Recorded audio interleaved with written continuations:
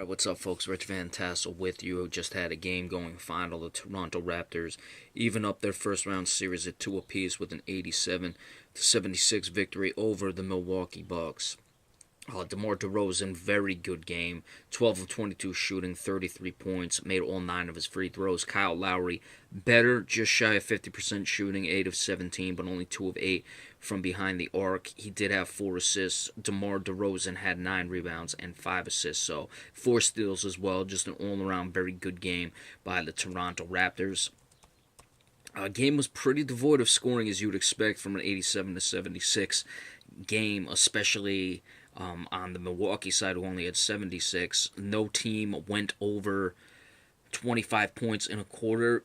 Milwaukee was under 20 in all but the second quarter, 19, 17, and 18 in quarters 1, 3, and 4, and 22 in the second. Patterson, not very good off the bench. The only guy who scored off the bench for the Raptors anyway. PJ Tucker, 0 of 2, but Jonas Valanciunas had 12 points as they have now Serge Ibaka playing basically on the front line and only a 2-forward lineup with DeMar Carroll 3 guards to insert Nolan Powell in the starting lineup. He had 12 points for the Raptors. For the Bucks, Giannis Antetokounmpo, not his one of his better games, 6 of 19 shooting, 14 points, 9 rebounds, 4 assists. Malcolm Brogdon has struggled in these playoffs, the rookie. 2 points, 1 of 4 shooting. Chris Middleton, 4 of 13. He's been up and down as well. Tony Snell, I thought, had a very good game, and I thought it because he did. 7 of 12 shooting, 5 of 10 from behind the arc. 19 points, 4 rebounds. Snell's a very interesting guy because he can certainly shoot. He's a fluid guy. He had DeRozan a lot on the defensive side of things, which I'm surprised. I've made note since the series preview. I would expect that Giannis Antetokounmpo would draw a lot of the assignment on DeMar DeRozan. He just doesn't seem to be doing it, especially the way Antetokounmpo was playing, DeRozan was playing in this game, and Antetokounmpo not doing much on the offensive end, but he did have 4 fouls. Again, in this game, foul trouble has been an issue. Thon Maker, 7 points, 3 of 7 shooting. His minutes are really starting to up, though, as he's up to 24 in this game. Greg Monroe, best off the bench, 14 points, 4 of 9 shooting, and at one point he was like 0 of 5, so I don't think he missed the rest of the way, and 6 of 10 from the free throw line, 9 rebounds. So Monroe has played well and consistent this whole series. No one really did much else off the bench. Dellavedova, 2 points. Jason Terry had 4 points off of 4 shots. Michael Beasley, 2 for 9, so that's got to be better. Moving forward, I think Toronto's offense still has to come along.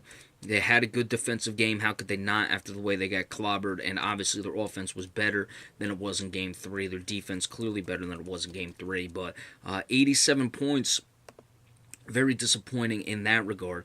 Milwaukee has shown the ability to score points in this series. This was the lowest output by far, but their lowest output prior to this was 97. They put up 97, 100, 104, and 76. You look at the Raptors, they put up, their highest total was 106 before this game, and they've put up 83, the 106 in Game 2, but other than that, 77 and 87. So Toronto still has to find the offense in this one. I'm expecting a 7-game series at this point. As I said, the series could get extended had Milwaukee been able to win Game 1, which they did. We've talked about the Raptors' struggles. They were able to win that. And that's why they may extend it, and they may very well win this series because Toronto is just not finding the offense. And Milwaukee, you would have to expect them to cool off just a bit after shooting lights out like they did in Game 3. They were only 37% in this one, 5 of 21 from downtown. Toronto was, again, shooting 5 of 22 from behind the arc, 33 of 80. So they only made 2 more field goals than 3 more field goals than the Bucks did. Same amount of 3-point shots, almost exactly the same. 5 of 22 for the Raptors, 5 of 21 for the Bucks. So 3 more made baskets on 1 less shot for the Toronto Raptors. They were able to get the victory, though. 16 of 17 from the line, 11 of 18 for the Bucks. So a couple missed free throws here and there could have swung things. It was still right around an interesting game, but DeMar DeRozan just took over in the fourth quarter. All right, you got Washington and Atlanta coming up next. Then San Antonio and Memphis and Golden State. Portland probably won't stay up for that Golden State-Portland game, but we'll see. So be sure to stay tuned for that as well. And, of course, we appreciate all subscriptions. We'll catch you in a little bit. Thank you.